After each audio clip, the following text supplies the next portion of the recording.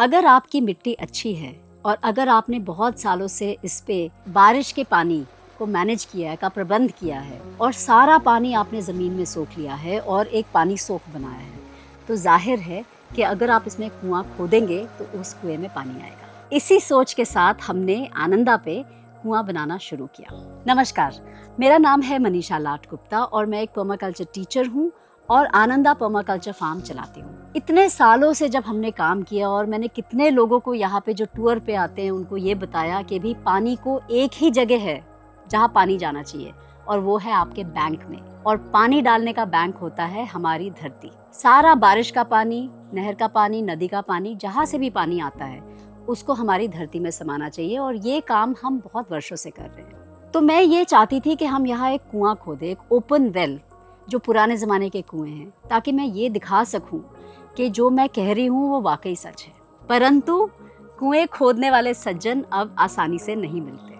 तो कुछ महीने पहले क्या हुआ कि हमारे यहाँ कोई दोस्त लोग आए थे, उन्होंने किसी आगे से आगे किसी और से बात की और ऐसे हमें पिंजौर में एक टीम मिली ऐसे सज्जनों की जिनको कुआं खोदना आता था। उनके पास अब इतने मौके तो होते नहीं हैं कुएं खोदने के, तो वो आधे टाइम ऑटो रिक्शा चलाते हैं और आधे टाइम वो कुएं को खोदते हैं। तो जब हमें ये टीम मिली तो हमने बोला चलिए अब ज़्यादा देर नहीं करते, अब हम ये कुआं खोदना शुरू करते हैं।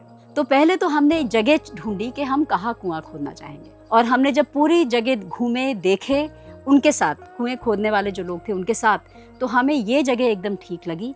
ये हमारी लैंड का लोएस्ट पॉइंट है।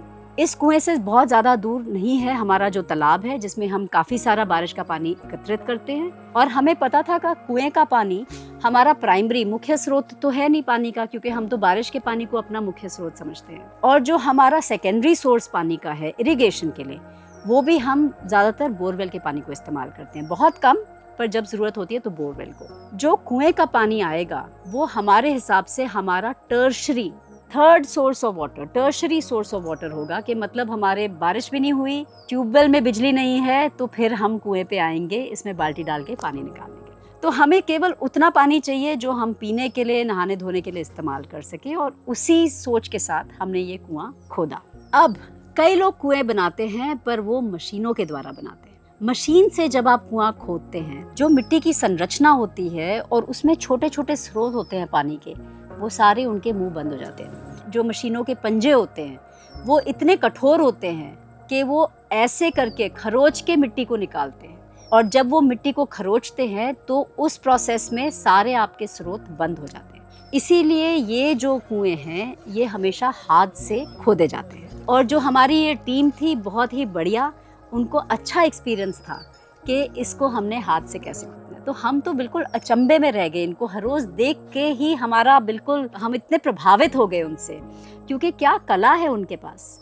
और ये कला तो अब धीरे धीरे हमारी सारी खत्म हुई जा रही है, क्योंकि इसको उत्साह देने के लिए कोई है ही नहीं, इसको सपोर्ट करने के लिए कोई बचा नहीं है यहाँ। तो काम उन्होंने शुरू किया पूजा से, क्योंकि यहाँ पे पानी जब कोई कुआं खोदते हैं तो एक ये सिर्फ फिजिकल प्रोसेस नहीं है, एक स्पिरिचुअल प्रोसेस भी है, एक ये आध्यात्मिक चीज़ है।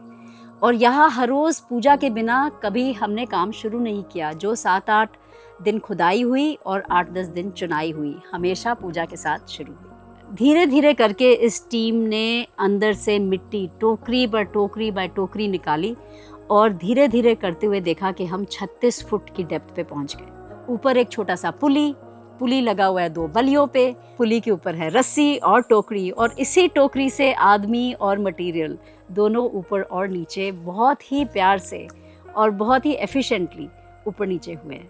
जैसे जैसे इसमें से मिट्टी निकली, हमें काफ़ी कुछ पता चला अपनी मिट्टी के बारे में। नीचे हमारे काफ़ी पत्थर निकले, कुछ पत्थर गीले भी थे, तो हमें ये समझ आई कि भी शायद इसमें से नीचे कोई एक पानी का स्रोत ज़रूर चलता है और कभी चला होगा, तभी ये हमारे पत्थर गीले थे। पर जब तक हम 36 फुट पे पहुंचे, हमें ये समझ आ गई कि भी हमें इससे और नीचे जाने की ज़रूरत नहीं है। इतना कुआं ही हम भर ले अपने पानी से तो वो ही बहुत बड़ी बात है। तो 36 फुट पे आके हमने अपना कुआं बंद कर दिया।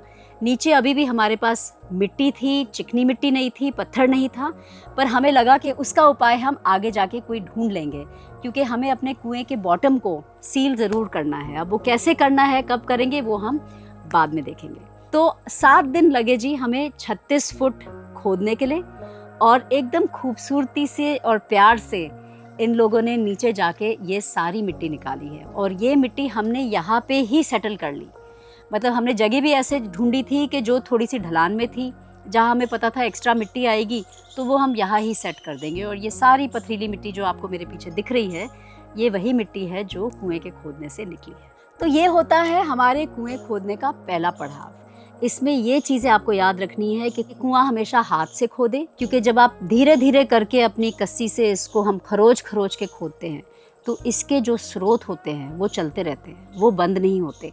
और ये स्रोत खुले रखना, इनका मुंह खुला रखना, मिट्टी का मुंह खुला रखना आपके कुएं के लिए बहुत ज़्यादा आवश्यक है। आगे क्या हुआ उसके लिए आप हमारा अगला वीडियो देखिएगा।